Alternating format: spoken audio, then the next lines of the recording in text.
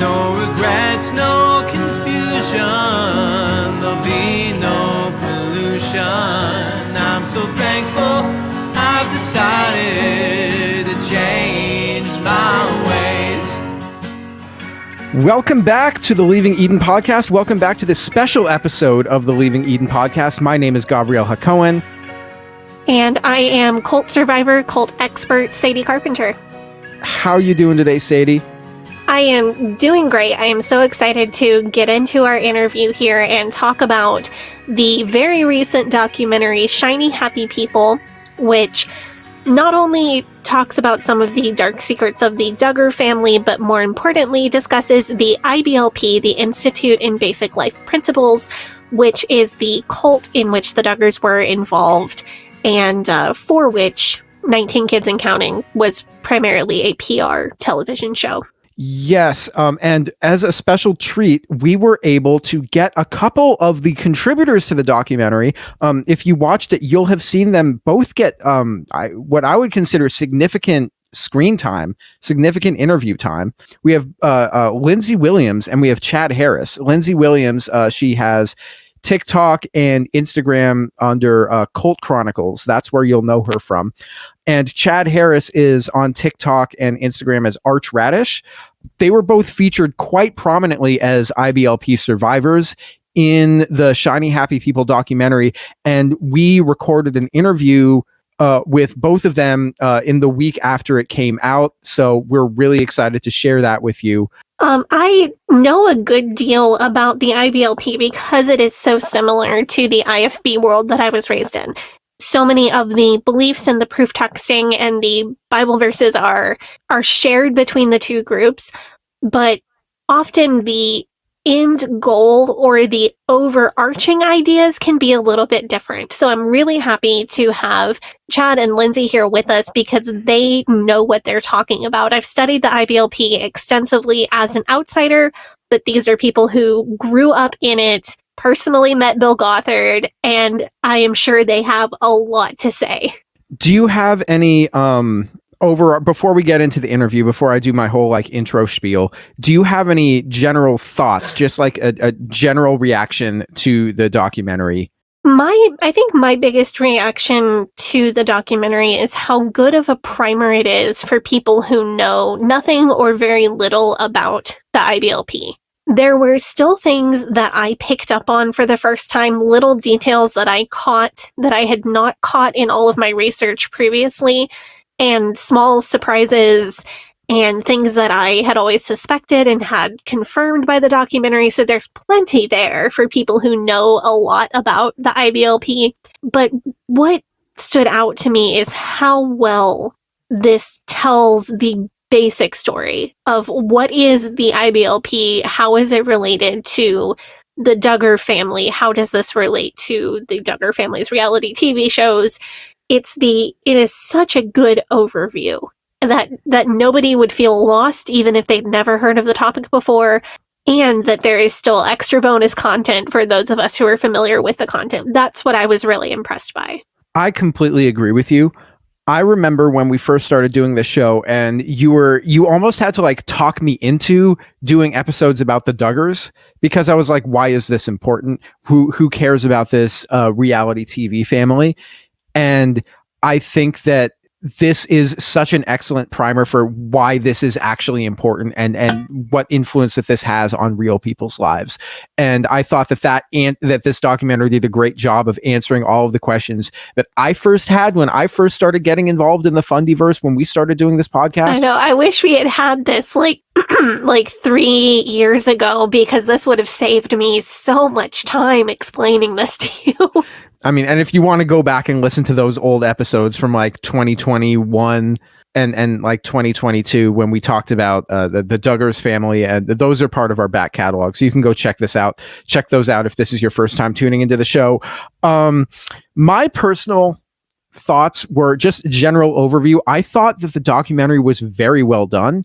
When I saw the previews for it, I was a little bit afraid that it was going to be sensationalized and that it was going to be, rather than being like really deep digging into the legalism and this and that and the other thing, that it was, a lot of it was just going to be snarker bait. Like, oh, they had this crazy rule, they had that crazy rule. Oh, right. But what I ended up finding out was that the producers, the people that were behind making this documentary, they did what I would call taking the extra step, where, you know, I think that if you see something that is like, what they could have done was they could have just like gone all surface level and said like, these are the Duggars, they're fundies, and their son's a pedophile. And they took the extra step beyond that and said, well, this is the fabric of the fundamentalism and this is how it's influenced culture. And then they took the step beyond that as well to say, this is what it means to you who is watching it. And that's not a step that I think that everybody who engages with this content takes. And I think that they did a very good job of that. So that was my general opinion of it. I think that it was well done. And I think that they did another thing I think they did a good job of was focusing so heavily on prioritizing the stories of and experiences of survivors and people who have gotten out, and how this really is an abusive and coercive environment. So they did take it seriously, and I thought that was good. well, I want to get into talking about it more with some of the folks who were in the actual documentary. I am so excited to hear their thoughts and to hear about how this affected them personally as well with this documentary coming out. I know that a lot of people, both IBLP survivors and survivors of related groups like the IFB, were really deeply affected by this. Yeah, I mean, we've seen all of the comments and all of the people who have, you know, been tagging us in every single internet post relating to this documentary I've seen. Just I appreciate that. At this stage, there's no way I could keep up with everything if people didn't conveniently put it all in one place for me. Yeah, without further ado, let's get into this interview. I just need to say that the Leaving Eden podcast is the podcast about my BFF and co-host, cult expert and cult survivor, fundamentalism survivor, Sadie Carpenter's life in and escape from Christian fundamentalism. We talk about this cult, we talk about other cults, we talk about religion, we talk about fundamentalism, we talk about the real and present threat that cults and cult ideologies pose to society as a whole. And it is our goal to promote freedom of mind, freedom of thought, and freedom of religion. So if you like our show, if you are a fan of our show, then there's a couple of things that you can do. You can support us on Patreon. So you can go to patreon.com/Leaving Eden podcast, where we have extended, uncensored, ad-free versions of most of our episodes, including other bonus content. We have an episode where we reviewed a sex manual that was the sex manual that I believe is popular within the IBLP. Intended for Pleasure? Yeah, we reviewed Intended for Pleasure, and we also reviewed... That is the book that Jim Bob handed to Sex Pest Duggar on camera in one of the early first couple season episodes of however many children and counting it was at the time. And that was when he was talking about the Legos. Right. Which just makes me cringe. But the infamous conversation. We reviewed that book on our Patreon. We also reviewed some other... fundy content for patrons. We have bonus content on our Patreon, and it's patreon.com/Leaving Eden podcast. You can join our Facebook group if you want to join in the discussion with other fans. There's about 3,000 people in there, so there's good discussion. That's facebook.com/groups/Eden Exodus. We have a subreddit as well, reddit.com/r/Eden Exodus. If this is your first time listening to the show, we've got a lot of episodes that are about the Duggars. We also have episodes that are about other branches of fundamentalism, especially the one that Sadie grew up in. So you'll want to check out our 5-part series, First Family of Fundamentalism, from fall of 2020. That was when we really first started getting started on the show, and that's one of the really primary episode series is about this, about Sadie's life and about the environment that she grew up in. Anything else, Sadie, before we get into our interview? I don't think so. Great. Why don't you hit us with a TW and then we'll be on our way. In general, we talk about a lot of potentially triggering topics on this show, including but not limited to suicide and mental health, racism, misogyny, PTSD, and PTSD symptoms, child abuse, mental, physical, and sexual abuse, and spiritual abuse, including guilt, shame, and fear. In most episodes, we'll mention at least a few of those topics, and in this episode, unfortunately, I imagine we'll mention almost all of those topics, if not all of them. In this particular episode, I know that we will be talking about child abuse and sexual abuse and spiritual abuse, and I would not at all be surprised if racism and misogyny and oppression of women and other things come up in our interview as well. So we will do our very best to give a heads up before anything extremely egregious comes up, and we encourage our listeners to take care of themselves however they need to while listening to this episode and after listening. Thank you so much for that, Sadie. We're going to get right into this interview. We are here, Sadie and I are here with Chad Harris and Lindsey Williams. You know them from the Shiny Happy People documentary that you've seen on Amazon Prime. They were both contributors to it. I think when we were off mic, Lindsey, you described Chad's contribution as the David Attenborough of Fundydom. I sure did. He's the most beautiful narrator on the planet. There is so much to unpack with this documentary. I loved this documentary because, and I said this in the intro a minute ago, but it is such a good primer for people who came into this not knowing anything about the IBLP, but there are all these little hints and tricks and little tiny tidbits of fun new information for people who have been following this story for a while or who were raised IBLP. Now, I know that you may not be able to tell us everything, but how about we start with, how did you get approached to be in this documentary? What was the early stages of that like? Well, I'll start on that one. I actually am involved in several survivor groups for IBLP on Facebook, and a good friend of mine and one of them actually posted that he had spoken to a couple of producers for this project. And he said that it was just a great experience, a great interview. They were very empathetic.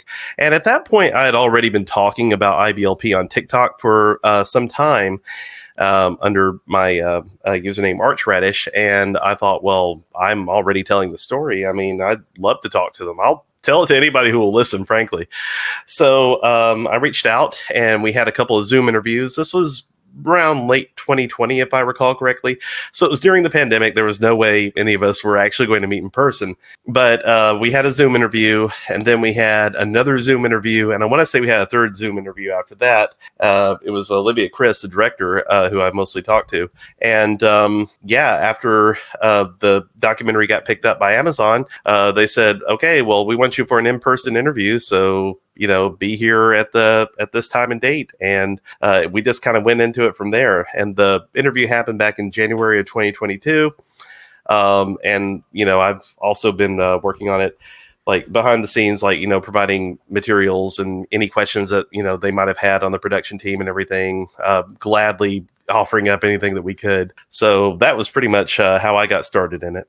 So, Lindsey, did you two connect before this documentary process, or was it during or after? How did you and Chad become friends?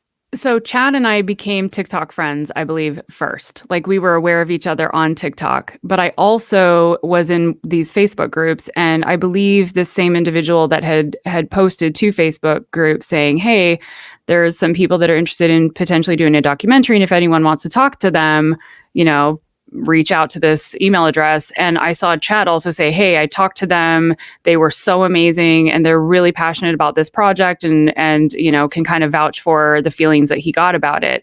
And I was like, well, if it's good enough for Chad, it's good enough for me. So I emailed them. Yep. And then they went and watched a bunch of my TikToks before we even had a Zoom call. And so the Zoom conversation that we had, I was in New York, they're in LA, and we Zoomed for almost 3.5 hours. And I basically just info dumped my story to them. And they were like, this is incredible. Would you be willing to potentially do a documentary with us? And I was like, you know what? Let's see where it goes. At that point in time, I was just a fledgling of even talking about any of this. I had never spoken publicly about this stuff except for the small bits I was starting to tell on TikTok. And I didn't have a huge following of any kind. It was, I was quietly doing it. So yeah, I interviewed with them in February of 2022. And then same like Chad we were, on a group text of like, if they would not sure about a document or where did this come from? How do, they would basically tap into us as resources to help validate information and find information because we know it, so it was very easy to just like, oh, that's in wisdom booklet, blah, blah, blah, or that's in this. Right. Because it was just burned into you. Yes. Is it not just so validating when somebody wants to hear your whole story and just listens to your whole story? Did that change anything about the way you thought about your own story? Did that help combat the self-gaslighting that I think we all experience? To a very big degree, yes. Watching these two women cry as I'm telling them things I'm so hardened to. You've hardened yourself to the trauma and the abuse. To watch their reactions humanized it for me to realize, oh, wow, this is bad. This is horrible for people to even hear, let alone me living it. You're telling me. Yeah. Yeah, I think another thing too that just really spoke to me as I was going through that process is sometimes, and I'm sure you've seen this, Sadie, when you're trying to explain some of the nuances behind something as complicated as IBLP or something as far-reaching, like you start to feel that weird Charlie Day moment from It's Always Sunny, where you're doing the Pepe Sylvia thing, connecting all the yarn everywhere, and you feel like you're explaining something that people's eyes are glazing over and they're like, yeah, whatever, man, like you explain whatever works for you. These folks were actively listening the entire time, and they did pick up on certain nuances that even I didn't realize I was just kind of glossing over, and they really dug into it, asked for details. It was a amazing experience, and it did help really validate what I had been through. And like Lindsey said, you start to realize, it was actually really messed up. I had my own experience with that the first time I made a therapist cry. Right. Yes. And that sounds like a weird brag, but it's not. It's a powerful statement about the validation of having somebody listen and get it. Yeah, when you break your therapist, you know that it's bad. When we get letters or emails back from listeners, the things that the comment that I get most often is, thank you for being a person who was raised relatively normally and just coming out and saying the thing that you experienced wasn't normal. Because just hearing somebody say the thing that you experienced wasn't normal is extremely validating to a lot of people. Yes. Yeah. 100%. And that's, and I know if I haven't expressed it to you before, Gavi, absolutely. Like, that is so validating to those of us who are trying to figure out, just what parts of our childhood were and weren't normal. Because, arguably there may be some parts of my upbringing that could be considered normal. I have no way of knowing what they are divorced from all the abnormal things that happen. So, for the abnormal things to really be highlighted and for someone from the outside to provide that validation, it's worth gold. Seriously. Mm-hmm.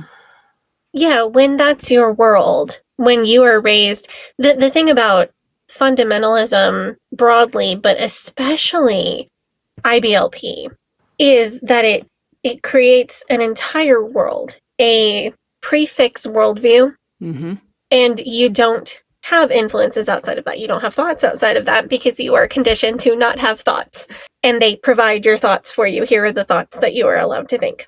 Yep. When you're completely immersed in something, it is very difficult to tell what life might be like on the outside, or whether there is anything on the outside, or if any parts of your experience are relatable to people on the outside, which is how you end up telling a story that sounds incredibly wild to other people. And to you, it's the most normal. It's a Tuesday. And you get that look from other people, the look, right? Yes. Like, are you okay? Like, huh? The look, like, it's not like you're speaking a foreign language to them. It's like you have descended from heavens in a spaceship and have taken the big glass fishbowl off of your head and are speaking to them in a completely alien language of clicks and clacks. And they... and Ramas. Are just... and Ramas. And they are just... Is it this look? Yes. Yeah, Yep. it's the look that I got from you constantly when we first met, that look. So I'm just so happy because I know that the two of you are friends in real life and friends with our fave, who was unable to be with us here today, Heather Heath, Yes. in real life. And I'm just so pleased that they had all three of you on the documentary. I will have you know that as I was watching Shiny Happy People, I did clap and cheer every time one of you came on screen. Aw. So I would be sitting on my couch watching it, and then Heather would pop up. Yay, it's Heather! Hi, Heather! And then 5 minutes later, yes, it's Chad! Go Chad! And yay, it's Lindsey! So that was my experience watching this documentary between all the trauma. Yeah, I had the privilege of sitting next to Heather when we were watching it on drop night, and every time she'd come on screen, I'd like give her a little fist bump. I'm like, "Yeah, that's you. Go for it." So that was great. The first time Chad popped up on the screen, I've legit DiCaprio pointed. And that was in the cold open. I was actually quite shocked that it was that early. I was like, "Well, if I was keeping this secret, it ain't no more." No, we saw you in the preview. I was just like, hey, That's wait, true, I too. know that guy. Yeah. So were you aware leading up to the documentary the big Fundy names that would be in it, like Jill Duggar or like Jim and Bobby Holt? I mean, not so much. They were very careful about what they released to everyone as far as like, who all was participating. Obviously, me, Heather, and Lindsey all knew, we were involved, and we talked amongst ourselves because we're friends in real life. But, they kept that really close at hand and everything. I was especially surprised to see Paul and Morgan there. That was... That was hilarious, and also the fact that they made Jill Rodriguez the complete jump scare was amazing. Yes. I thought that was Oh my great. God. Well, I saw her face and I was really worried that she was going to get to actually speak in this documentary. And then I she wish they just- had. No. Dear God, I wish they had put J-Rod. Like, if they should just do an entire doc on J-Rod. It would be like Tiger Kid. Unsolved incredible. Mysteries. We're all just like, Could do oh. J-Rod. You know how the Duggars are like the IBLP's, like they're poster children. Mm-hmm. They're like the IBLP's like promo. If they did a doc on J-Rod, it would be like, this is what happens when you do Fundydom. It's like It's tragic. like it would just be like the most reverse, like to undo the damage of that the Duggars have done. Yes. No, Yes. it's the same sort of thing with like Paul and Morgan showing up, where they're mad that they like showed their own. Are we going to talk about Paul and Morgan now, or do you want to save that till the end of the episode? You know what? It's come up. Let's just go for it. Okay, so Paul and Morgan got kind of mad that they were shown in maybe not the most positive light, but I don't kind of get it because they showed them using basically clips of what they said. So I mean, I just don't really get why they would be mad about that, because like, this is what you believe. This is what you say on a regular basis. So basically they showed Paul and Morgan when they were talking about, oh, well, Christian fundamentalism, and they're using social media to promote their message. And they showed a clip of Paul and Morgan sitting on a couch and saying, hi, we're Paul and Morgan, we're Christian influencers. And then they cut to a clip of Morgan saying, you can't be they, them, you have to pick he, him, or she, which, like, is that like low-key pro-trans? I'm like, Yeah, that should have made our accidentally woke episode. I mean, it should have, it could have. Yes. Anyway, I guess they weren't too happy with the way that they came across, which I don't really get, because all they did was basically just show, their bread and butter, the things that they say all the time. So I want to read what Paul Olagus says, and this is from his Instagram story. So he says, hey guys, as you may have seen, we were in episode 4 of Shiny Happy People on Prime. We agreed to being in the doc. That's not good syntax. Having been told they were looking to achieve 180-degree coverage of the topic. I don't think I think it's 360? Yeah, 360. He later edited his post to read 360 degrees after being corrected by commenters. He could be a flat earther. We don't know, y'all. Okay, like seriously. Wow. Ouch. So he goes on to say, they said they were not out to make us look like villains, that they wanted our perspective and to represent what it's like to be Christian influencers. For those that watched it, you can see that was not good syntax. That was not the case. What? Yeah, I mean, they literally just showed a clip of Paul and Morgan in their own words saying, you can't be they, them, and just like saying, oh, we met on Tinder and and Morgan said the wife's job is to submit to the husband. Like, that's all they showed of them. And that's kind of like, if on the surface, that's what they do. That's what they... I just don't see... Does Paul think that people are not going to watch the documentary and just take his word for it? That this is an attack on Christians, or that they misrepresented Paul and Morgan somehow? You could have just ended it as, does Paul think? But I think, yes. But that's a less fun question. I think that I think that their belief is that if they jump in front of the narrative, those that are super fundy like this are going to listen to them. And they very well might, because they do have an audience with that group of closed-minded people. So if they think that someone is attacking, yeah, I fully believe that a lot of people that follow them will not watch the documentary because they trust them. Yeah, because if you watch it, it is clearly, there is no attack. It is a couple clips of them in their own words with very little commentary from anyone who disagrees with them. Yes, they saw their own truth. That's what happened. They saw their own truth of who they really are, compared and contrasted to everything else that came in front of that. And let's be honest, if using your own words is an attack on you, if your own words make you look like an asshole, maybe you're an asshole.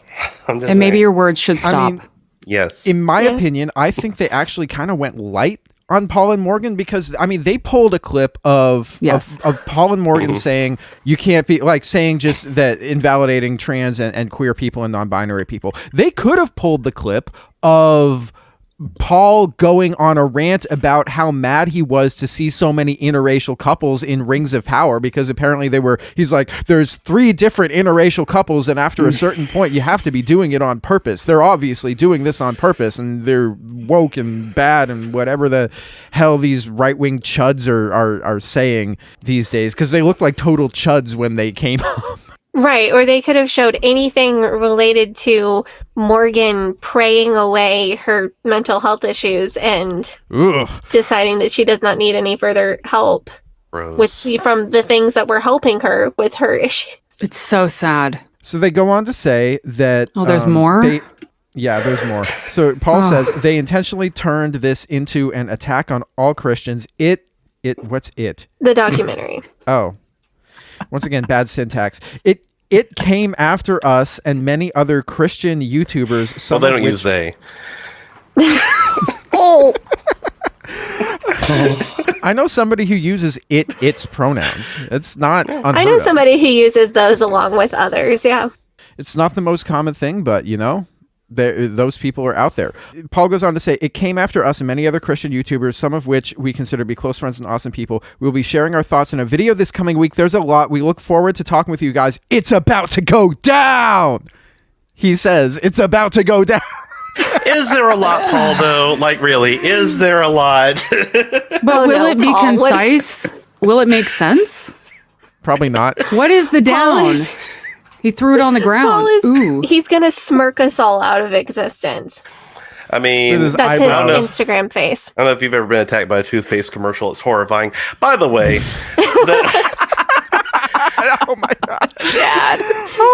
Look, I'm weak. I got no sympathy left for that. But also, can we just talk about, like, if this documentary was an attack on all Christians, did they miss the part where we literally had a pastor narrating IBLP through several episodes and doing a damn good job of it? Seriously, Josh Pease killed it on this documentary. Absolutely. If it was an attack on Christians, they missed me. So Right? it was not a very effective attack, because they missed me and, like, most of my friends. Mm-hmm. What gives? It's fundies. Terrible attack strategy. It's an attack on fundies. Mm-hmm. I mean, it's just such obvious, like, it's the Christian victim complex. But seriously, what, like, on Monday, we have an episode coming out with a pastor who was featured on an episode of Queer Eye in season 5 of Queer Eye, who is an out gay pastor and runs an affirming ministry. And absolutely, this documentary an attack on him? Absolutely not. I think that one of the things that this documentary actually did a very good job of, which I really do appreciate how good of a job that it did at this, was distinguishing between what is really predatory and what is wrong and what is cult-like and what is controlling and what is coercive and what is normal. Jumping on that too, another big criticism I've heard is that, the documentary somehow paints homeschooling itself in a negative light, which I did not get that from the documentary at all. It did show a very particular branch of homeschooling, which has been very, pervasive, to be fair. But it did show, that this is a very fringe branch. And frankly, I know of several responsible homeschoolers and everything who, appreciated this documentary for pointing that out. And I got to say, if you're a homeschooler and you feel like this documentary addressing this particular cult affects your homeschooling experience, that's a bit sus. Just putting that out there. We've always been pro-responsible homeschooling on this podcast. Yeah. But that's a high standard, and we think that there are absolutely people who meet it. Both religious and secular people of multiple different religions and belief systems who meet that requirement, but the wisdom booklets do not, and ACE does not. And the Loch Ness Monster is not a dinosaur.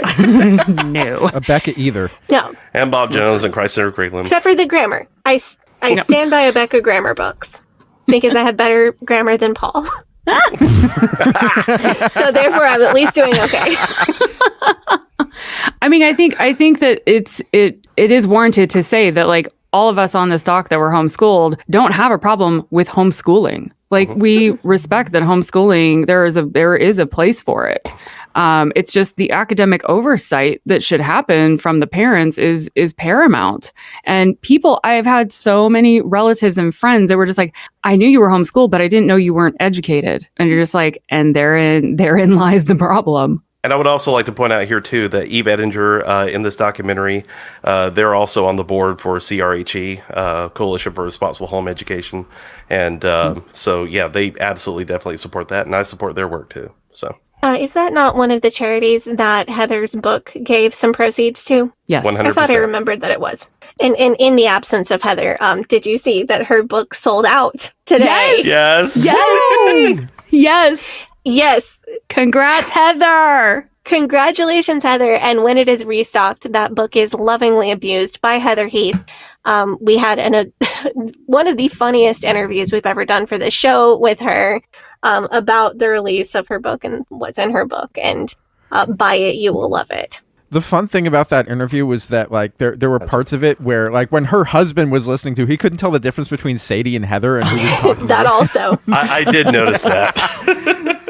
Yeah, it was literally like you could not tell the difference between them. You could not, like, even when I was editing it, I was like, who am I listening to right now? I take on people's, not necessarily accents, but people's vocal patterns or speech patterns really easily. So of course I had watched 1,000,001 of Heather's TikTok videos, and I just feel like I can fall right into her speech pattern. So they took my devil sticks. I told her if she does not put that on a t-shirt now, she's missing an opportunity, because that was an amazing line. Thank everything that made it in the doc. You got a merchandise. I don't ever want to come off like I'm as critical of this documentary because they did such a wonderful job. Yes. I missed Heather's one-liners, and I know they had a limited amount of time. They had a lot to explain. I'm sure there were some absolutely classic Heather moments left on the cutting room floor just because they had so much to get through. But thank goodness we got at least one. I literally screamed. I know, right? We all want that right now. We're like, give us the I would pay the cost of my Prime membership for an entire year just to get all of Heather's one-liners because I know they were in there. So were there any, let's get into more of the content of the actual documentary. And there is some heavy stuff in here. I've given an extensive trigger warning in our intro. And what we do on the show is if we're going to do graphic descriptions. We just real quick write in conversation, and we'll be able to handle that. But let's start with something a little bit on the lighter side. The Duggar revelations. Did Lindsey and Chad, did you learn anything new when in the process of making this doc or when it came out? About the Duggars? Yeah, about the Duggar story or the Holt family, the Duggar-Holt drama, anything like that. So in, as I say in the documentary, when when the Duggars came out on TLC and I peeked at it and I was like, no, this is not for me. I lived this. I'm not kidding. I cannot watch that show. Even now, there's no way I can watch the show. It upsets me so greatly. But through Chad and a few other people, like I didn't even know what an Amy was until we started making this documentary. But I knew, I know the context of quite a bit of it and their family and everything. And then I was very heavily interested in the trial and everything that went on around that. But what I did not realize is that all of the stuff that had happened with the essay with Josh had actually happened prior to them filming the TLC show. I realized that in real time as I was watching the documentary. And it flared me even more with my disgust and anger and rage at TLC because that show should have never been put on air ever. No, absolutely not. Yeah. But I didn't know who the Holts were either until the lawsuit stuff. And even then, like I got such creep vibes over Mr. Holt, but I knew about the things, going into the documentary. I already knew about everything that was leading up to him having the restraining order. Yeah, for me personally, I learned quite a bit more about the rift between Jill and Derek and Jim Bob, which, we had always known that there had been a parting of the ways for various reasons. The details about that, especially when it came to the contracts involved and what have you, while I'm not surprised on the level of that's how things are in IBLP, with the father having the ultimate control and everything, it's still very to just see how they were treated, and the details of it just made the whole situation just so unpalatable on every level. I mean, Jim Bob is truly a monster, and I will say too, they did a really good job showing Michelle's complicity in everything as well. Yes. There has been a tendency, I think, sometimes to overlook that because Michelle does paint herself as very meek and, very, standard IBLP wife. But there are several times in the documentary where, part of it, I know, the editing crew is just experts and they really know when to highlight when things are terrible. But just her general mannerisms, and you could tell what she means when she says one thing but means another. The whole revelation about the encouragement part, I have seen that happen. Was tough. I have seen that happen in IBLP families, It's and so that upsetting. just sent shockwaves through my spine.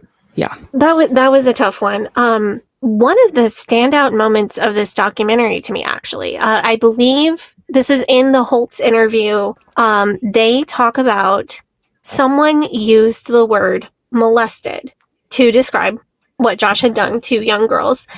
And was it not Michelle who jumped in and said, do not ever use that word again? Yep. And more to the point, it was Jim Bob who said molested. It was. And Michelle I thought said, so. yeah, exactly. And Michelle said, don't you use that word. And that was that just set my mind on a whole track of thinking about the power dynamics within that marriage. Because we all know that the IBLP is patriarchal. They believe that the husband is the head of the wife. They believe that there's reference, I think, in Tia's story to women calling their husbands Lord. And that's something that I heard growing up in the regular old IFB.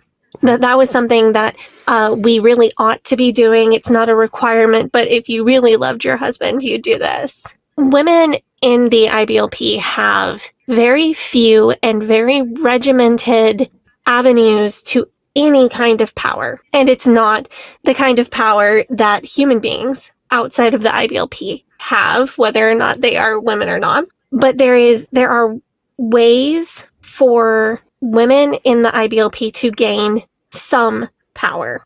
It's not anything similar to what we would have, what I would have in an egalitarian marriage, what I would have as a person in society with my own credit card and my own rights. But there is an element of power to be gained. Michelle had it, even being able to use a microphone and speak in front of an audience that contains men. That is incredible power for a woman to hold in patriarchy. And that's something that could easily be overlooked, I think. That's true. But we saw her using a microphone in front of men. That's a big deal. And women, one of the very few avenues for women to gain anything like that kind of power in the IBLP is through bearing children.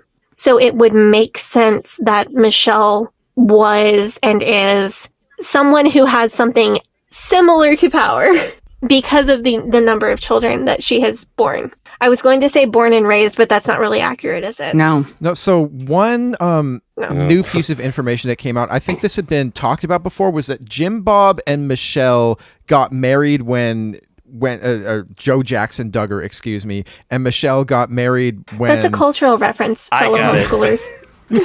No, but they got married when Jim Bob was 19 and Michelle was 17.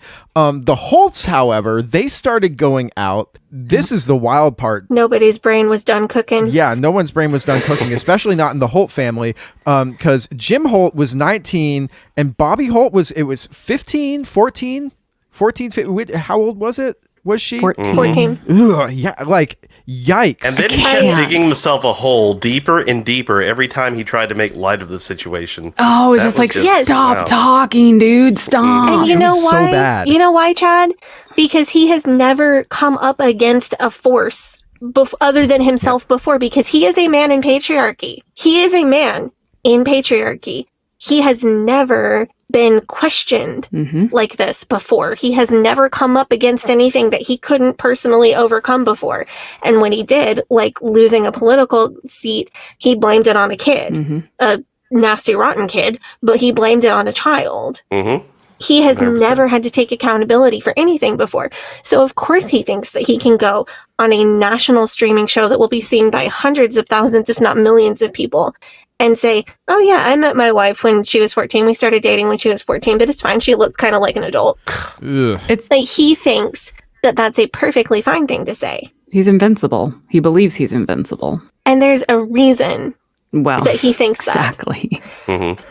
We do, of course, want to clarify that Bobby Holt, as well as one of their adult children, have since obtained a 10-year restraining order on Jim Holt. 10 years. Yes. And you know what? You see it. You in the documentary, he literally says, my father was abusive and he was an angry person. And you're just like, well, where do you learn it from? I do want to give, there was one thing that Jim Holt said that I found extremely worthwhile, worth hearing. He was talking about the very tense scene when it came out to the Holts that Josh Duggar had committed his very first crimes, that were the first that we know of, when he was still a minor. Jim asked Jim Bob Duggar, so were you never going to tell us? When were you going to tell us that this was going on? And Jim Bob says, well, we were going to have Josh confess to your daughter, Kaylee, after they were married, and we were never going to tell you. And Jim Holt says, you were using my daughter as a carrot on a stick to get your son to behave?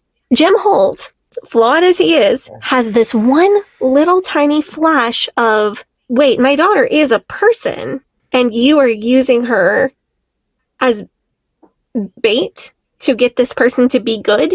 And Jim Bob says, yeah, kinda. Why wouldn't I? Isn't that a perfectly reasonable thing to do with a woman? I mean, she belongs to you right now, but... It's no conscience. Absolutely zero conscience in that behavior.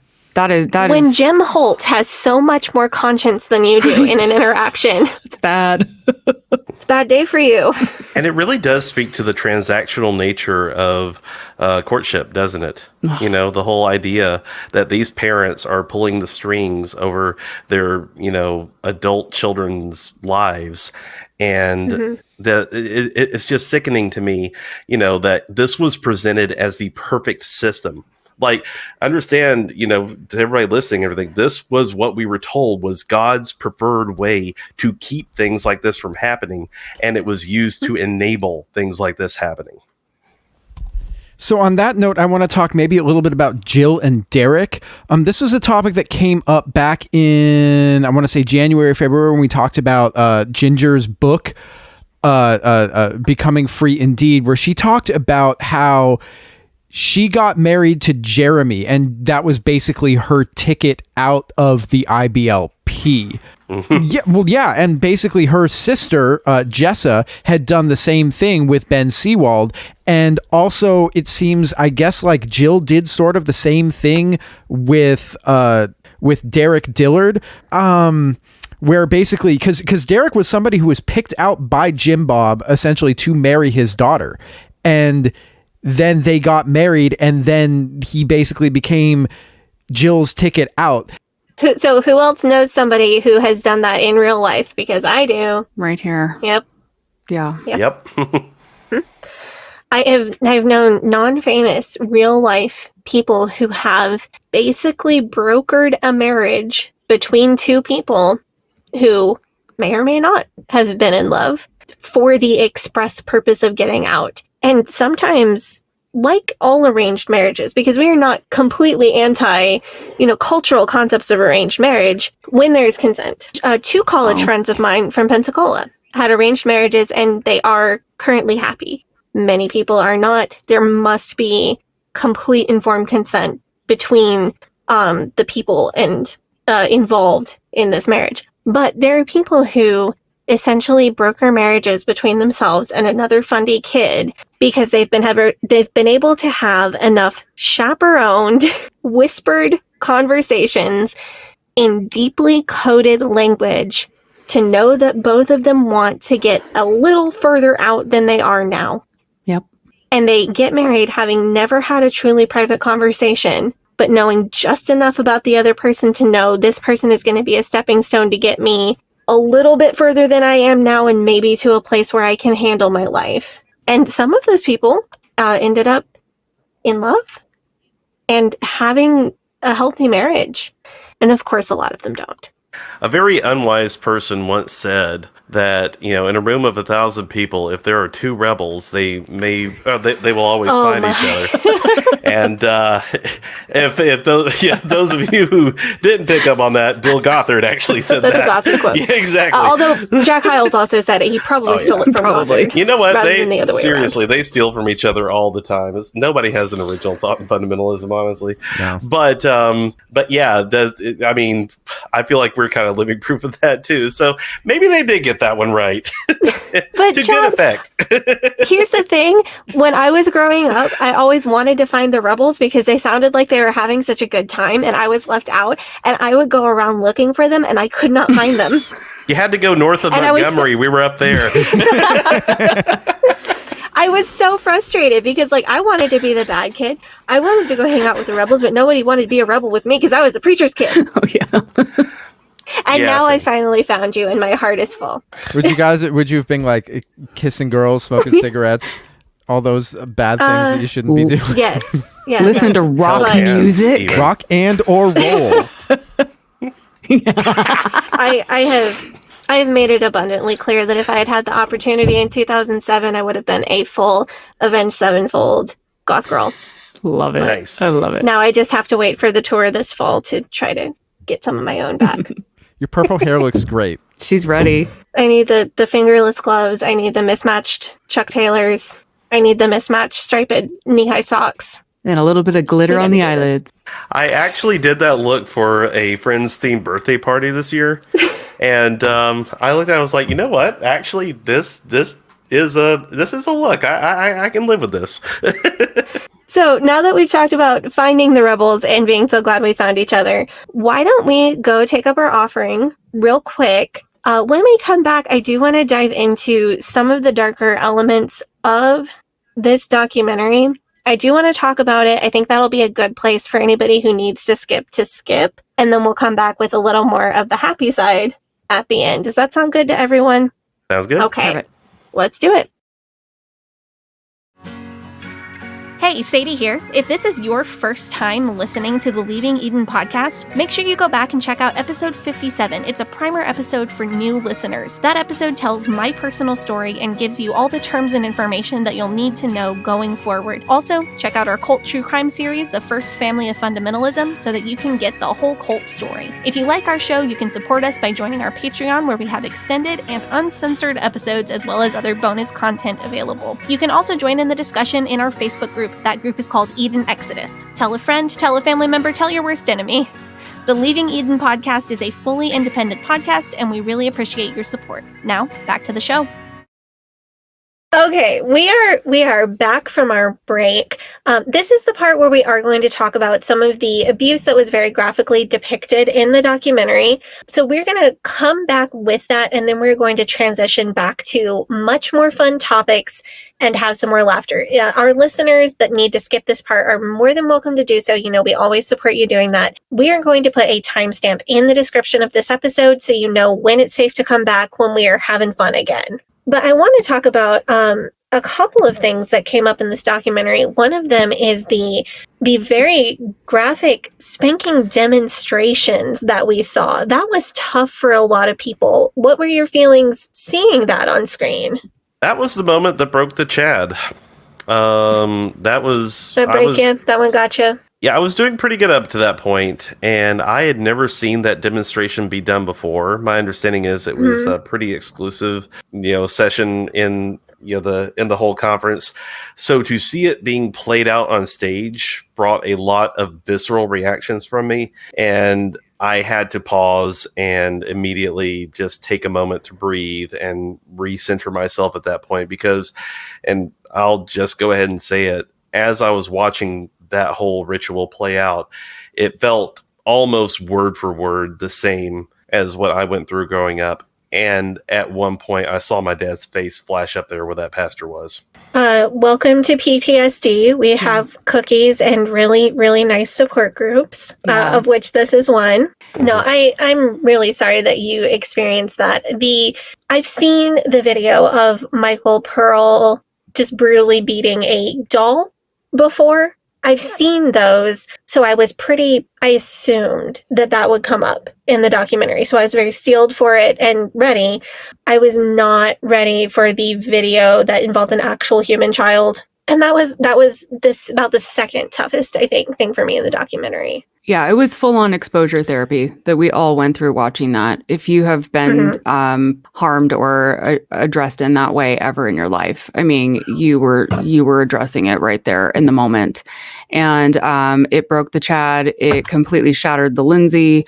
And then Chad's story bundled in with it. I was completely undone. I went into a 15-minute unbreathable panic attack, and I had to pause it and just deal with my brain. I couldn't wrap my head around how traumatic that was. And Chad and I talked after that. Actually, Heather just posted a YouTube or a TikTok video, and she was like, "Oh, and Chad's in there talking to Lindsey," and we were basically just trying to talk each other back into, we need to, get through the rest of this. But I think for me, I was so astounded by it. Like, yes, I've experienced it. We've always known as kids, like, hey, this is just how it goes, and we just bear the brunt of it. Is it right? Absolutely not. But we just soldiered on through it. But to actually see this happening at a seminar where people I know were in that room, and to also have everyone in the audience laughing, was just the salt in the just lifetime of abuse and torture for children. And you watched this poor little boy be manipulated into that experience. And I broke. What got me about that was not the actions being done, because I fully expected we'd have some kind of description or even depiction in the documentary. What got me was there is a room of hundreds, thousands of adults that are watching this, and all of them think it's fine. It almost was a little hint of, I was present for the Polished Shaft sermon, in which Jack Scott performed incredibly sexually inappropriate behavior in front of an audience of 10,000 people, and I was one of them. I can watch him make a fool of himself in that way and even laugh about it if I'm in the right headspace, if I'm doing okay that day, I can even kind of poke fun at him. But what I cannot watch without feeling ill is the men on platform behind him. As you see the emotions of this is probably not okay to this is definitely not okay. Going across their face is his own son-in-law sitting 5 or 10 feet away from him. And you see them make the decision not to stop it. And it almost echoed that for me. Is there are adults in this room that think this is okay. And there is a pair of parents who sent their child up there. That, of all things, there is some parent who sent that little blonde-headed boy up there to experience this in front of all of these people. There is a parent who thinks that's okay. That's what maybe got me the most about that scene. Was this the scene that really just broke my brain, the clip? I'm so thankful they included it, though. It was a necessary clip. Yeah, and one of the things that I do appreciate about this documentary, if I can say it again, was that there was that attention to detail, that they were going to show, okay, this is this clip of this conference of them abusing this, of them demonstrating how to abuse this child. Then here's where it comes from. Here is a clip of Michael and Michael Pearl and Debbie Pearl talking about this is what we believe, this is what we think is the right thing to do to train up our children in this way. And then this is how these beliefs get exported, and this is how it affects you, and this is how it affects the people around you. And I think they really did their due diligence on that part and including that. And here is incontrovertible proof that this is not some fringe people doing it. This is an entire culture where this is 100% normalized. Yeah. And when we had our episode with Dr. Shoshana Fagan, when we discussed To Train Up a Child, when we discussed this book, this was one of the main points, is that raising your children in this way absolutely stunts their moral development, because they only perceive right as wrong as what do I have to do to not get punished. That episode that you guys did was so powerful. I listened to that episode, and the part that stuck out to me the most was you don't train a child. You train animals. You raise children, you love them, you support them, you educate them, you bring them up, but you do not train them this way. This is full-on conditioning behavior, and it works. And that's why they do it, because it keeps us in our place and we don't ask questions. We do not have our autonomy because it is removed from us. Our humanity is taken from us every time this action is placed upon us. And it was far too much and often. And like they say in the documentary, every father became a cult leader and a home and island. And these adults could do whatever they wanted to do in the way that they chose to carry out these abuses. That's why they were so different from so many different homes. And yet the idea was still the same: to break your child's will. And to do it so young that they do not remember a time before their will was broken. Yes. That's something that was definitely my experience. I was a really early reader. I am a kid whose memories kicked in earlier. You know, people's active memory, some people will remember events that happened as young as 18 months old, but 3 or 4 years old is more common. And my memory, I know exactly when it was, because I remember I remember being told that I was going to have a brother, and I remember his birth. And I remember I remember my second birthday party, and I remember planning my second birthday party with my dad. So my brother was born when I was 2 years and 6 months old. So I have several clear memories before 30 months old, which is pretty early.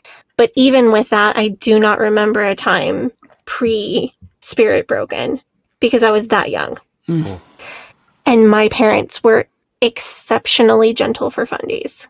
And even with my relatively privileged experience within fundy world, growing up with parents who were far from the full extent of what they were encouraged and told to do, I still do not have a memory before this spirit breaking process. I don't think I've told anyone this yet, and we haven't really discussed it either, Lindsey. But it just hit me where in that whole horrible pantomime that I broke, and it was when he made the child hug him and said that he didn't put enough into the hug, so he would have to start again. So my beatings would continue until I stopped registering any emotional response. If I yelled, cried, or did any normal emotion, it would continue until that stopped. And I felt myself freeze up when I saw that, because I thought, if I had been, every Fundy family is different in how they do this, but the whole point is the same, to break the will and everything. If I had been told to give a hug and then been told I didn't do it enough, there was no way in the world I could have, because by the time that whole horrible ritual was done, I was empty. I couldn't even express a hug or anything resembling love at that point. For hours afterward, I would just not have any feelings. So knowing that I would still be in that position if I was required to do that just flooded my brain at that point, and I had to stop. It is so... Gavi, do you have a vocabulary word for me? I am failing for words. And I'm not looking at Lindsey right now. Yeah, sorry, guys. I can't do it. I don't know, like... You're okay, hon. Unconscionable. That's what comes to mind for me. I don't know. That is a wicked thing. There it is. It It's is a wicked purely thing. cruel. It is cruel. It is. It is just And it evil. is children who are expected to bear it. Those who are most vulnerable. Because I, as an adult, have borne cruelty. I, as an adult, have squared my shoulders and looked it in the face. Yeah. And that is something that adults sometimes have to do. That is not something that little children should have to do. Ever. I'm remembering back to another section of To Train Up a Child that comes to mind when I when I hear about this. Is there's the section when Michael Pearl says, yes, specifically, the only thing that can stop a bully is a bigger bully. And it's so clear that this is just a violent, just violence begetting violence begetting violence, just on and on and on, as just a way of life. And they say that this is the best way of life, and this is what you do, and this is the best thing. It's behavior stopping techniques. It is. And who are you as an adult to say, well, I need to be the bigger bully to my child? Oh, it's horrible. Like who are you? It all stems from the idea that children are not people. That does also tie in, interestingly, with purity culture, which I feel like is not a connection people make often. Mm-hmm. Because this belief is that you magically become a person when you are married. You become a person who is now suddenly allowed to have sexual expression. You are a person who is allowed to be independent from your parents. You are a person who is allowed to make financial decisions for yourself, in some cases. And you become a person who can no longer be hit. That is if you are a male person who becomes married. And if you are a female person, an AFAB person who becomes married, nothing effectively changes. I do want to talk about that element of spousal abuse that as well when we get there. I also want to say that I've used the analogy of horses for my life, that I was raised and trained to be a prancing pony. I was trained to be a show pony. I was trained to behave perfectly in front of everybody. And I was put in my stall at night and meant to just stay in there and behave. And then I would be trottled back out again. I went to headquarters, same thing. I was the show pony that Bill would trottle out in front of dignitaries, and he took me overseas and all of these things because, I'm the bright, shiny, happy countenance person. And then once that has worn off, then you get sold off to breed as a mare, and then you're sent out to pasture. That's it. That's your life. I did an extended analogy about this on a recent episode, because a person who owns a horse like that can love their animal, but it is never the way that we love another human being. Correct. if lots of people own and love, I have a cat. I love my cat, but I do not love him the way that I love my husband or my child or my family. It is, and when a fundamentalist parent or husband who treats their wife or their child as their possession says that they love their child, they are not lying.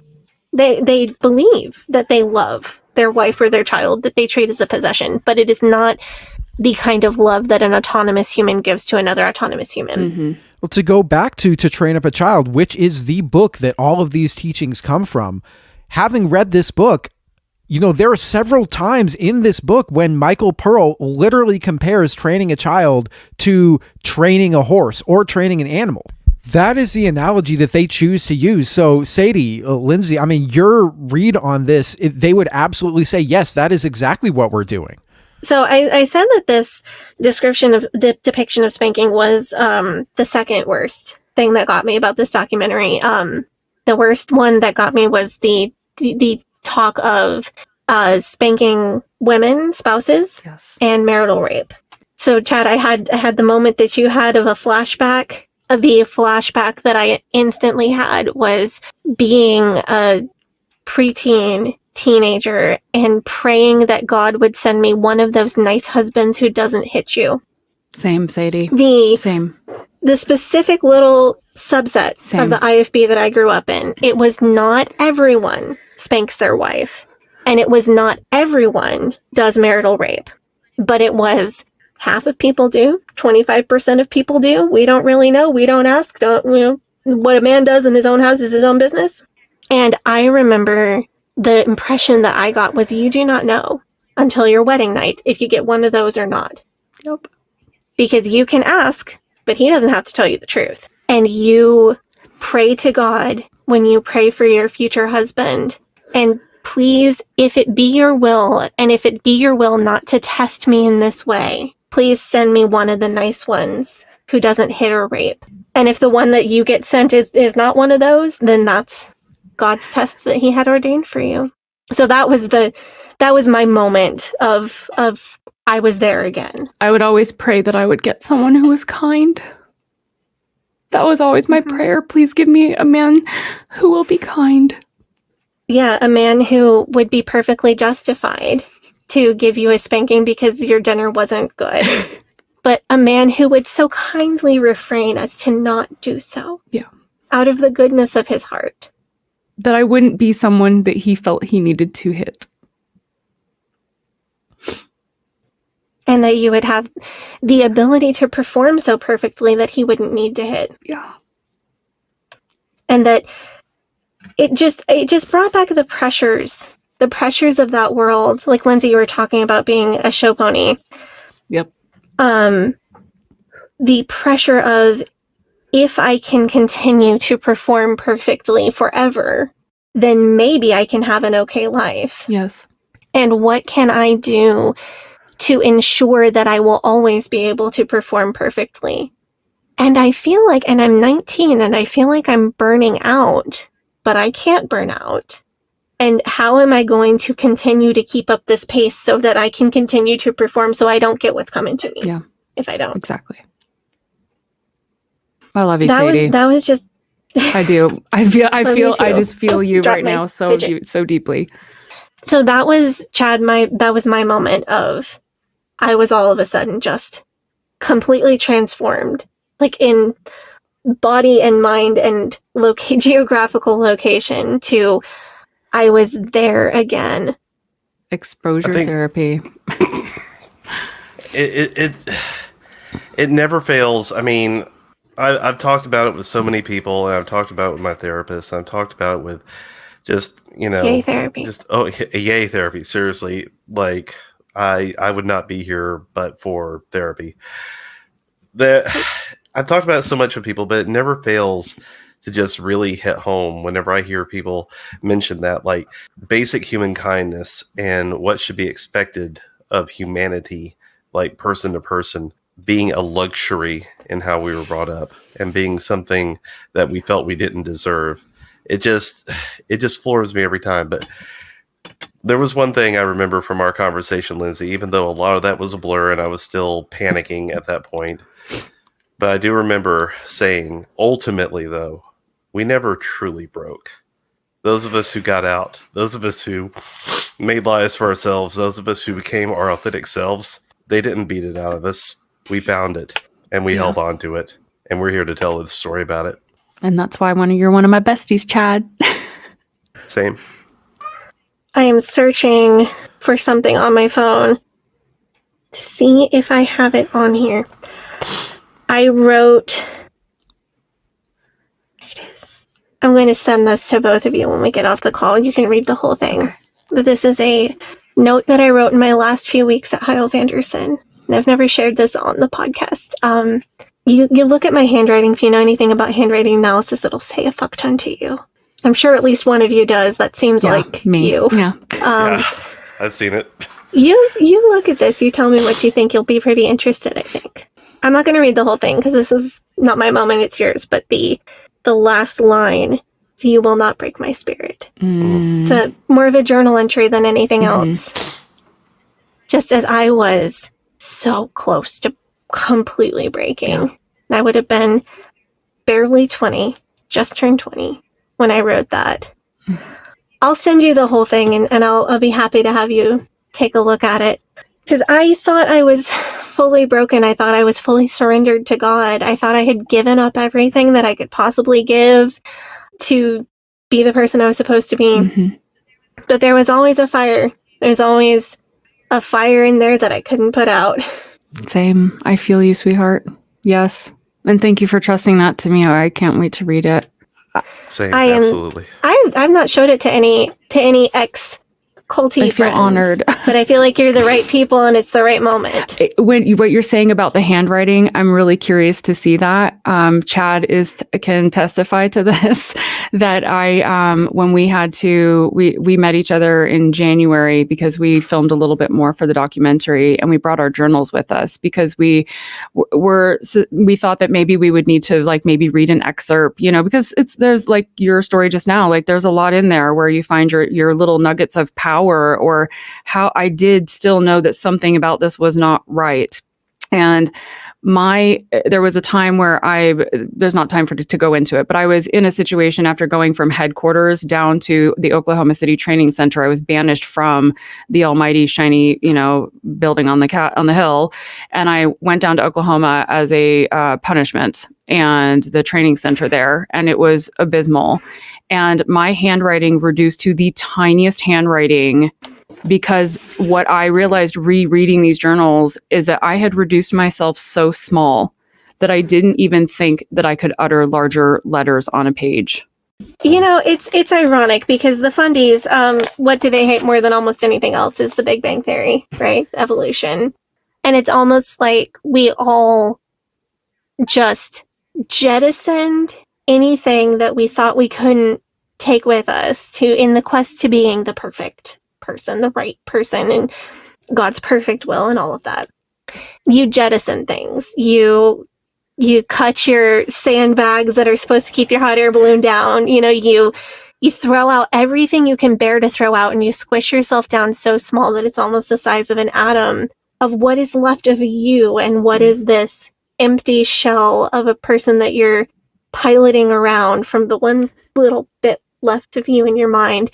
And then one day what happens? Big bang. You break. It explodes. Mm-hmm. It explodes. And explosion is notoriously messy. Yes. A lot of us ended up very messy for a while. Mm-hmm. Out of control. And then hopefully... I mean, I'm fine. Chad is wearing a shirt that shows a flaming dumpster and the words "I'm fine." A little visual humor for listeners. But hopefully you reconstitute into something worth reconstituting, and all of us have, and all of you have in the audience who have experienced this explosion. I love that. Yeah, well put. That is a brilliant analogy. Mm-hmm. Sometimes they happen on the fly, and sometimes they're pretty good. I mean, Sadie's metaphor corner is usually a top tier corner of this podcast, so we love it when we get it. She's slaying.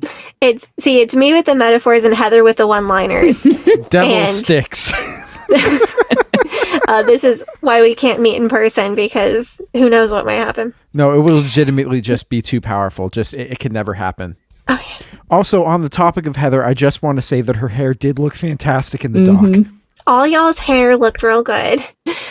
That was a lot. Is everybody okay? And can we kind of lighten up the mood a little bit? Totally. Bring it on. Oh, let's do it. Okay. The only thing wrong with my heart right now is that I would like to hug everybody and I can't. Same. Gavi's But just like, I please need to accept take a me. deep breath and get out of this. No, but that's the thing, though. Like, because I was not raised with any of this. All of this stuff is stuff that I was, and it's so normal for you guys. But I do feel like it's very important for me to just remember this stuff is not normal. And for me to just keep saying, I can't let this. Don't let it Shouldn't be. Yes. Yeah, I can't let this become normal. This is not normal. And one of the other things that, like, you know, a lot of people ask me, oh, you know, because they know what I do, they know that I have this like deconstruction podcast. They ask me, do you listen to this other deconstruction podcast or this one? And I'm like, no, because I can't normalize this stuff for myself. I absolutely cannot let this stuff become normalized and let myself kind of become jaded to the level of abuse that happens here. It's just, you know, it's just, I like have to go into this stuff with a fresh, clean brain every time I do this. I know it's also a lot of labor to listen to it and offer everything to it as well. And I just want to say, you know, because I haven't really had a chance to say it in person till now, but thank you for being willing to do that for your friend and for all of us who have spoken on this podcast, because I know it's, you know, I know it's a lot, but you know, the what you bring to it and that sense of, you know, reminding us that it's not normal and keeping us grounded, that really, really does help more than you will ever know. So thank you. Thank you so much, Chad. I mean, coming from you, that really does mean a lot. But Seconded. Speaking of hair, looks, that sort of thing, I think we need to move on to our next topic. So, I hear that there has been a lot of buzz about an article of accessory that was worn in this documentary. Who would like to tell us about that? Well, I guess it should be me, since Reddit is all a flurry and my email box is full. Everybody seemed to think that I was wearing a vibrator necklace You weren't? during this documentary. This very serious documentary. We would have been very supportive.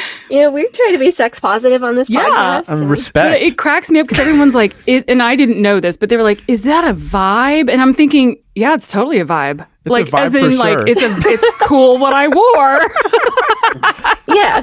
And then I'm like, wait a minute. I started reading the comments. I'm like, oh my, I was horrified. I'm like, oh my God, these people think I'm wearing a vibrator around my neck. Like, nothing could be more to me, but that's just me personally, because I feel like I wouldn't want to like It's just flaunt that in the moment. not something you would choose. Right. It's not my for personal- a highly public situation. Yes. That's fine. That's They okay. exist. It's called The Vibe. That's the name of it, right? Yeah, people. Yeah, there are these little necklaces, and they look really similar to Lindsay's anti-anxiety necklace, which is what it actually is, Yes. right? I'm just going to plug it because honestly, this thing saved me over 2 years while I was going through therapy to deal with all of this trauma. And it's from the company called Camuso, and they created, it's called The Shift, and it helps you to shift your breath and calm your breath down so your exhale doesn't collapse when you're having a panic attack. So I just literally wear it all the time, and I have used it in many situations. So that I was just like, I need this with me. It's like my security necklace. Just not the situations that people on Reddit thought. I mean, like, if you're wearing one of these necklaces around, like, is it dishwasher safe? Like, what if you spill some food on it? Like, if you're like out to eat at a... They do make really small vibrators that look like a necklace pendant. This is a Yeah. thing that people sell and sometimes people wear, and they do look similar. Totally. Okay, but like, what if you're eating a but- burrito and like you spill some sour cream or like some some hot sauce? Yeah, it does. Tapatio. Hot sauce? Oh, hell no. Hey, that could make it fun. Little hot sauce. Ugh, Just saying. it burns. Why is it burning? Chad's face. I draw the line at hot sauce. So jokes aside, I did notice that everyone in this documentary seems to have taken special care to wear as many eye traps as possible. Was this on purpose? Other than the not a vibrator necklace, was that on purpose? I think well, I know for myself, I think to some degree, but I think I also was just like, I don't want to dumb myself down to something. I want to present as me. Not like, oh, I'm going into this documentary. It's very serious. And I just need to make sure that like people take me seriously. I'm like, no, I want to be me. I wear tons of jewelry. I constantly have crazy nails. I always had colored hair. You know, I have pink hair in the doc. And I was like, I just want to be authentically me. But I did wear jeans on purpose. And then I did wear a V-neck shirt on purpose. Yeah, I noticed a lot of V-necks, like large bows on the front of shirts. What else did we see? We saw some ripped jeans. We saw lots of pants, lots of high heels. Yeah. Chad. Am I missing Chad anything? with his black shirt. I was actually asked about this during the course of my interview. It didn't make it into the final cut, but they did ask, is your outfit today a statement of some kind? And for everybody listening, I was wearing a black shirt, a red tie, khaki pants. Everything was untucked, and I rolled my sleeves up. Basically, I was trying to be the anti-ATI because at conferences, our outfit was always, white shirts, blue ties, if you're a side male, blue pants, and navy and white was the order of the day. So I wanted to get as far away from that as possible and just be like, this is how far out I am, actually. And of course, you have your very fundy, unapproved haircut. Yes. Oh yeah. Well, that actually, yeah. I mean, you look like you're kind of like in a pop punk band. Yes. That's kind of the vibe that I got. I wouldn't complain if I did, honestly. One of my favorite bands. Pop punk band. We support that. Yeah. That I was really pleased. I feel like everyone did something they were not supposed to, wore something they were not supposed to, something unapproved that felt purposeful. And I don't know the Gothard rules quite well enough to pick up on all of them. I feel like I could spidey sense the subtext of even things that I was not quite being able to name. So that made me incredibly happy. Yeah, it's fun to watch. I want to know, what were our favorite looks from the documentary? I mean, You're I thought asking me to pick a Lindsey's favorite permed, child. poofy bangs were pretty great. Do you mean like the old, Like old? Iconic. Yeah, you're in your like old cult Lord. pictures. You had like the poofy bangs. You know what? They look I good just on swear you. I just look like I'm 35. And I'm like 15 to 19, 22 years old in those pictures. And I just look so overly mature. Like the one where I have the roses and the plaid dress, and my hair is just like all like a foof. That was actually for Bill's birthday. Those flowers were for Bill. And I think I'm 19 and I look like I'm 35. So, but let me tell you, I knew how to curl my hair like you wouldn't believe. Did you have to sleep with the curlers in? Nope. Did that. I would get up 2 hours before we would have to go to our morning. We had morning meetings up at the PC production center. Sorry, work talk. But before we had our morning meeting every morning, it was like, I think it was usually like 7:30 or 8 o'clock. I would get up 2 hours beforehand to do the stupid hairdo. Man. Yeah. Oh. That is a lot. Yeah. And he didn't like, my hair is really straight. And he didn't like that it was super straight. And apparently we were getting a little lax at headquarters. This is where the oomph thing came in the story. But he didn't like that the girls were starting to just kind of like, I don't know, get relaxed about doing their hair and making it all floofy. And so he basically offered, so any girl that has issues with their hair and needs to get more products or things that you need to get your godly curly hair, let me know. And I was like, well, I'm going to run myself to Walmart right now. Thank you very much. And I bought everything, products and tools and everything. And then I brought the receipt and I'm like, here you go. And he's like, okay, take it up to purchasing and they'll give you cash. That's incredible. Yeah. He was amped. Way to game the Hell system. yeah, I'm not going to pay for that myself. And start your real career. And here I now. am. And I don't do any of the things I did back then because they were not correct. Did you wear those those like the Yuck. pioneer dresses with like the big collars? Are you kidding me? Yes, that's the whole MO, friend. The Peter Pan collars, the big bows at the neck. Trust, I have lots of pictures and receipts for that stuff. Yes. And my skirts, contrary to the Duggars, no offense, but they aren't my ATI because our skirts were down to our ankles. This hullabaloo of wearing them at your knee, I'm like, I don't know you people. Like, we had to wear skirts all the way down to our ankles because even our ankles were lustable. Yeah. And my clavicles had to be covered because my clavicles were lustable. I couldn't wear short sleeves up, like they could be at my elbow, but they couldn't show my upper arm. So I had a lot more guardrails around what I could wear and how I could act. Bill actually told me at one point that my eyes were open too big when I talked to boys, and that made them seem like that I was more interested in what they had to say. And so for a week and a half at headquarters, I walked around squinting my eyes when boys would come and talk to me because I didn't want to be perceived as a promiscuous woman. Wow. You know who, like Shayna from Love is Blind. That's the the comp. See, my IFB was. Stop. You did not. Or who is it? Who's the other funny? Brittany Dawn. That's who looks like that, because she, like, if you look at her, every time she looks like she's like either tired or she's like really scrutinous. Oh yeah. You're too interested. If you're expressive, well, you're more of a fun social butterfly, and that's wrong. You're leading men on. Yeah. So ridiculous. See, So dumb. I've said this before, but I don't think you've ever heard it come out of my mouth. So I grew up IFB, but I knew IBLP people because we were involved with SM Davis's church. Yuck. Yeah. Fuck him. He's terrible an soul. Awful human person. We got sent an entire box of like all of his CDs and DVDs. We have all of his DVDs. Yeah, every single one of them. And we're going to do content on it eventually. You're going to need lots of alcohol and things. Ooh, SM Davis drinking game. That's what's going to happen. Oh my God. You're going to be tossed in like 5 minutes, honey. R.I.P. me. I'm just... Yeah, I'm not going to serve my Your lightweight liver will self be is not going to survive this. destroyed. Alcohol poisoning immediately. Story where a rebellious teenager dies. Okay, and I'm drunk in the first 5 minutes. Sorry. Anyway, like I knew all these, like that's okay. Like I know I had social connections to some IBLP kids, and I remember being a teenager, like late teens, kind of weighing the benefits of if I should try to go IBLP or not, because I had no idea about the teachings or how they are similar or different from more mainstream Hiles IFB.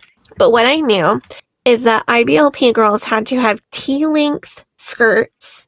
So below the widest part of your calf is how long T-length is. They had to have looser skirts than I did and sleeves to the elbows. And I had currently skirts 2 inches below the knees, standing, sitting, and kneeling, mid-bicep shirts, and 3 fingers from the collarbone necklines. So I knew that I would have to shape up my dress standards a little bit, but I also knew that the IBLP kids got to hold hands while they were engaged, which sounded really, really good to me at the time. Was the sacrifice worth it? So I literally remember having very long conversations with myself about, I'd have to really get those necklines up, because I didn't really care much about the sleeve length or the skirt length, but the neckline thing kind of bothered me because I don't like having anything neck or wrists. I can't wear bracelets. I don't like anything constricting my wrists. All my sleeves get pushed up immediately as soon as my shirt's on. So, I just did a sentence. I said shirts on, which is going to tempt all the men, because that implies that there are times when it's not on. Holy cow. I am such a temptress today. I know. But I really seriously considered, like, it's harder to find clothes, and you really have to make most things yourself, but I can hold hands once I'm engaged. I really want to hold somebody's hand. So. And then you could be shiny, happy people holding hands? Yes, exactly. That was... Except for I didn't know that song because that's worldly. We didn't either. Straight to hell. So we don't have too much time left, but I do want to hear about Chad and Lindsey's epic adventure to IBLP headquarters. Please tell us everything. So this adventure started because I simply wanted to, as I say, get eyes on the property. I wanted to see it one more time. I was aware that they were potentially trying to sell it. I was aware that Bill wasn't there anymore. I was aware that they'd sold off all the furniture. So it just seemed like a fire sale was going on. And I thought at some point, if the opportunity presents itself, I want to go. And it just so happened that my husband had a conference in Milwaukee. And I'm like, hey, I'm going to fly with you and drive down. So I told Chad, I was like, hey, I'm going to do this. And he was like, can I come with you? And I was like, really? And we hadn't met yet in person. And so I was like, if you want, sure. What better place? Let's meet on the grounds of IBLP. So Chad was a little hero and drove up and we met there. And Chad, I feel like you should tell this part of the story because you were kind of watching all this. And for me, I was like going through my trauma at the same time.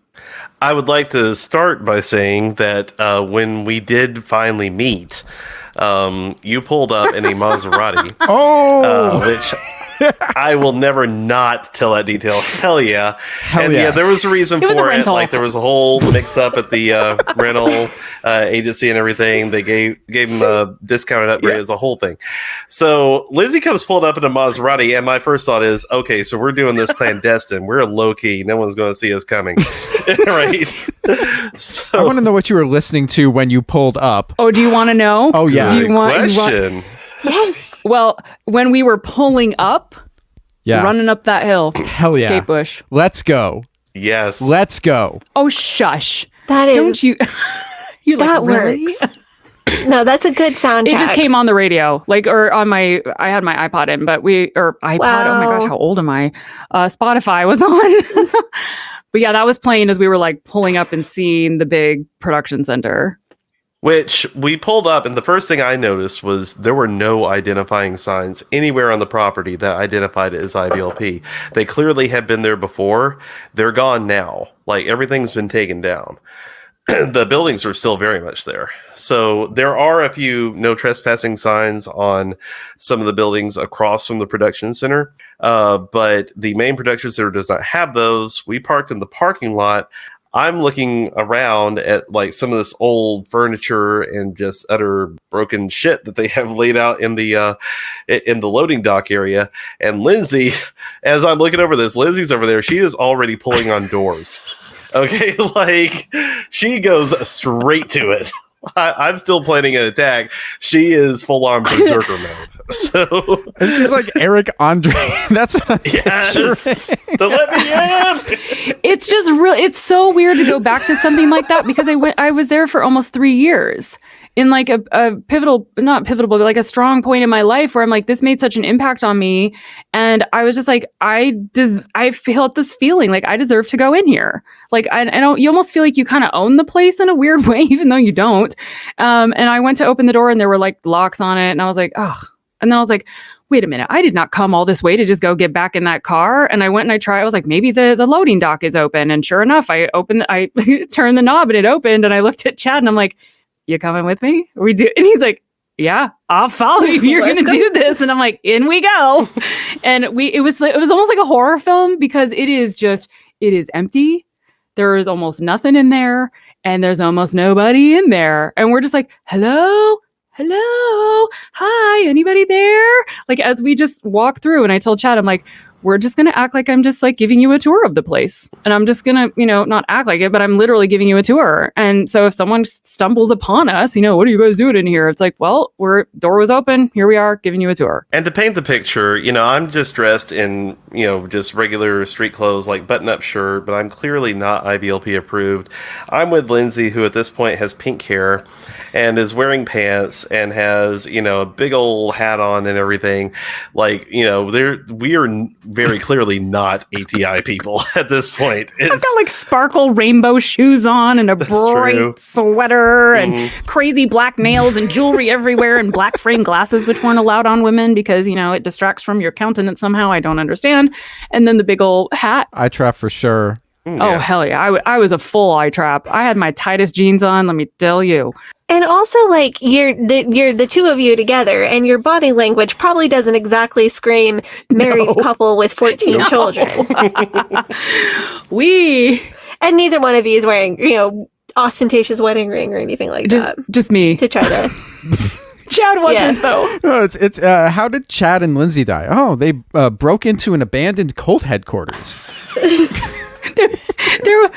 There was one point where some like down in like the warehouse area, all the lights were off, and I just looked at Chad and I'm like, that's where people like that's where we die in the horror film. Like let's not go down there. We got to go the other direction. So there was a definite Scooby-Doo vibe to this entire thing. There was like this haze in the air. You're ready to hear like ghosts come in with like one of their songs, ready for the chase scene to start. And that's for saying. What is that the intro to? Oh, that's the intro to Dance Macabre. Oh yes, yeah. Yeah. Wanna be with you. All right. Anyway, like the extended intro to that song. That's what I would hear coming on. I could see that. So we go all the way up to Lindsey's office, and which is on the 3rd floor of this building. And she showed me around. There was like a chair and a very actively used shredder in her office. And it's massive with 3 big bags of garbage around it. Oh no. If you could have stolen one of the bags and put it back together like in the first season of Better Call Saul. Yes. So we I'm looking in the next room, and there's like clear indentations of where large filing cabinets have been. Lindsey's over there happy as a clam, like, oh, this is where your files would have been. This is where this video, all this sort of thing. And I see a man sitting in a corner office, like the only office that actually has anything in it. I see him sitting with his back to us and everything. And I grab Lindsey and I pull her into the next room, and I'm just like, okay, situation. We have someone. It was almost like, hey, Scooby, get over here. And he like pulled me over, and he was like, there's a man in that office across there. What do you want to do? And I was like, who is it? And, so I peek my head out, and I thought it was someone, I thought it was Tim Lewandowski, who's now the director of the IBLP. And so I was like, well, I know him. Like he knows who I am. And I was like, again, I had this thought. I'm like, I did not come all this way to get chicken shit and leave. And so I looked at Chad and I'm like, let's just call out and say, hello, anybody there? Because, so we did. Again, I don't know what the heck possesses me when this shit happens, but I was just like, boldly go where I've never gone before. So we call out and we hear this much older voice. So it clearly was not Tim Lewandowski, but this much older voice going, hello. And I was like, oh my God, what's happening? And out comes this individual that I knew from back when I was at headquarters. And I was just like, oh my gosh. And I kind of blacked out for a hot second because I couldn't believe that this was actually, I'm in front of somebody. And I haven't been in ATI and IBLP for over 20 years. And now I'm standing in front of somebody who, used to be in authority over me. And so we started talking. He recognized who I was, said my name. And I was just like, I still to this day, I'm like, Chad, did I introduce myself, or did he say my name first? Pretty sure he said your name first. It was trippy. And I'm like, I'm in a disguise. He was like, yeah. He said your name, you said his name, and I was just like, donkey. But because who the hell am I? I've never been to headquarters. So the whole thing, it got really weird because there was just this little old man sitting back there, and it looked like the groundskeeper from every Scooby-Doo episode. So we're going with the whole Scooby-Doo theme all the way. Just this random old dude in the one office that is fully furnished, has all the cult books in it, and looks like it's normal operations where everything else has clearly been ripped apart. Yep. I will point out though, there was one piece of wall art, one of the few things that was still remaining hanging in that building right outside his office. I got a good look at it as we were talking. It was a framed sermon called Others May, You Cannot. And I highly encourage anyone to look it up. The gist of the little sermonette is basically God may choose some people to go out and do big, public, wonderful things, but he will most likely put you somewhere where you're working in the background, and you just need to deal with that, right? And I told Lindsey as we were leaving out in this Maserati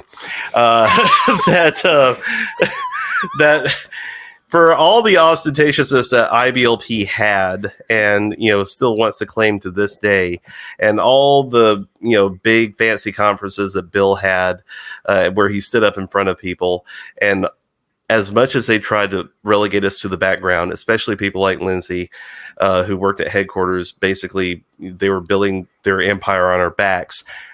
We got out, we escaped, we are the others, and yes, we can. Mm-hmm. We looked at each other. Yes, we looked at each other and we were like, holy shit, we're the others. We may. Others may. You cannot. We may. We're others now. Thank you. By the way, he did give us full permission to go around the property and take pictures, which we very clearly did. None of this had anything to do with the documentary. We just did this because we damn well wanted to. Yeah. So they're selling this building. They're getting rid of it. If you could buy this building and turn it into anything, what would you buy it and turn it into? Bird sanctuary. Bird sanctuary. Interesting. I kind of dig it. What about you, Lindsey? I think a center for the abused. Yeah. Yes.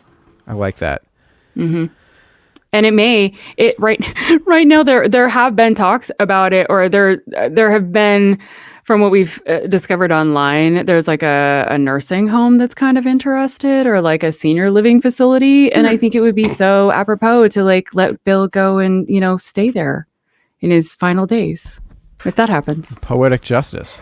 Love that. I have learned that burning white sage to cleanse a space is actually a closed practice that should be safe for Indigenous people. But I have been looking into alternatives that are white girl appropriate.